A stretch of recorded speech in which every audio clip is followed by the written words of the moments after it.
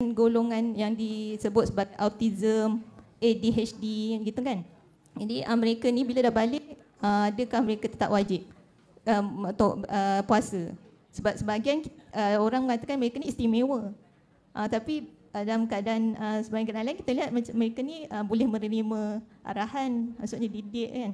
Jadi macam mana mereka ni sebenarnya status mereka wajib atau tidak diwajibkan?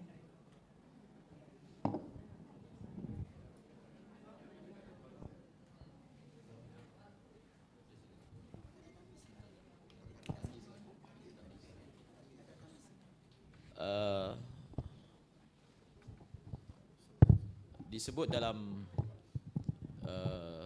sebahagian kitab dalam Tarsyih Al-Mustafidin, satu perkataan yang berbunyi manatut taklif al-aqlu. Manat ni tempat digantungkan ataupun disandarkan taklif ataupun mukallafnya seseorang kewujudan akal. Al-aqlu, manatut taklif al-aqlu. Kalau dalam bab semayang dalam mazhab Syafi'i, selagi dia ada akal, walaupun seluruh tubuh dia sudah tidak berfungsi, maka dia tetap wajib semayang. Daripada situlah keluar perkataan tadi itu, manatut taklifi al-aqlu. Jadi akal yang dimaksudkan adalah tamyiz. Jadi orang-orang yang macam ni kita tak boleh jawab secara pukal. Kita perlu secara case by case.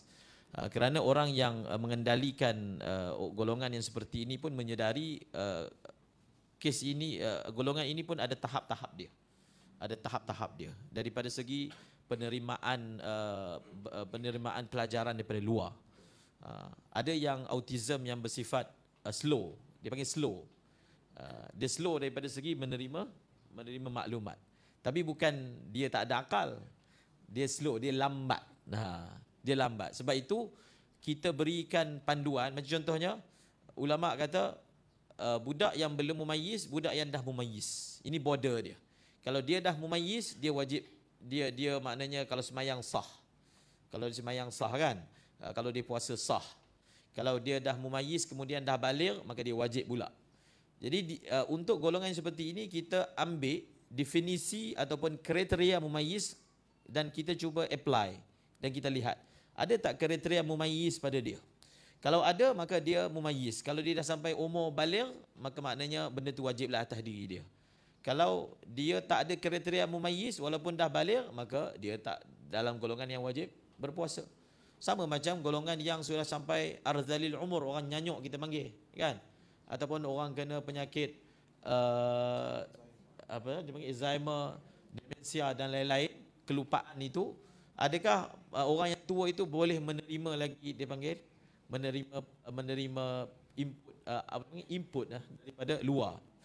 Jadi dalam kitab dia bagi definisi mumayyiz. Dia kata mumayyiz ni antaralah beberapa kriteria. Dia kenal tangan kiri, tangan kanan.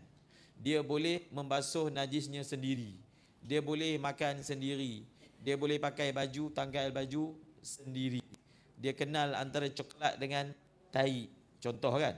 Itu kriteria yang disebutkan oleh ulama untuk kata anak kita ni dah mumayyiz. Dia tidak, sebab orang yang boleh buat benda macam ni maknanya dia tak adalah disyaratkan tahap IQ dia tahap yang tinggi kan. Mungkin orang yang dalam definisi autism dipanggil sebagai slow. Dia memang slow. Umur dah belah-belah tak boleh baca lagi sebab dia punya dapat tu membaca tu slow. Tapi ada orang autism ni dia baca tu slow. Tapi dia hafal cepat kan. So dia berbeza-beza. So kita akan kembalikan kepada orang yang terlibat dengan kes tersebut secara case by case. Dia sendiri mengenali anak dia. So anak dia adakah mempunyai ciri-ciri mumayyiz yang saya senaraikan tadi. So kalau ada dan dia jenis boleh terimalah kalau tunjuk tu dia boleh buat, maka dia masih lagi kita kata adalah sebagai seorang mukallaf. Golongan ini kalau dia tak mencapai tak mukallaf, kita tak panggil dia majnun. Dia duduk bawah kategori ghairu mumayyiz, tidak mumayyiz. Bukan dalam kategori gila. Dalam definisi psikiatrik pun dia bukan dikira sebagai gila, tapi adalah masalah lambatlah dalam IQ dia lemah. Wallahu alam.